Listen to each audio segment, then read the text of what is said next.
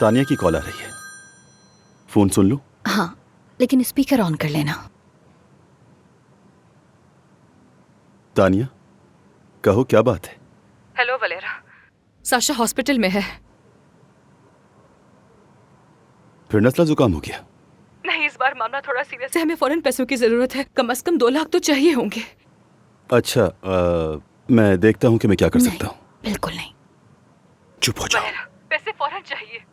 पैसे नहीं है हमारे पास। तानिया देखो, ये बहुत बड़ी रकम है, मेरे लिए पॉसिबल नहीं है। मैंने सारा पैसा अपने बिजनेस में लगा दिया है, तुम समझती क्यों नहीं? नहीं, मैं नहीं समझ रही। वो तुम्हारा भी बेटा है। मुझे नहीं पता, कर्ज लो या किसी से उधार लो, मैं आकर सब वापस कर दूंगी। तानिया, तुम्हें तुर्किया घूमने के लिए भी तो पैसे मिल गए थे ना, अब इलाज के लिए भी मिल जाएंगे।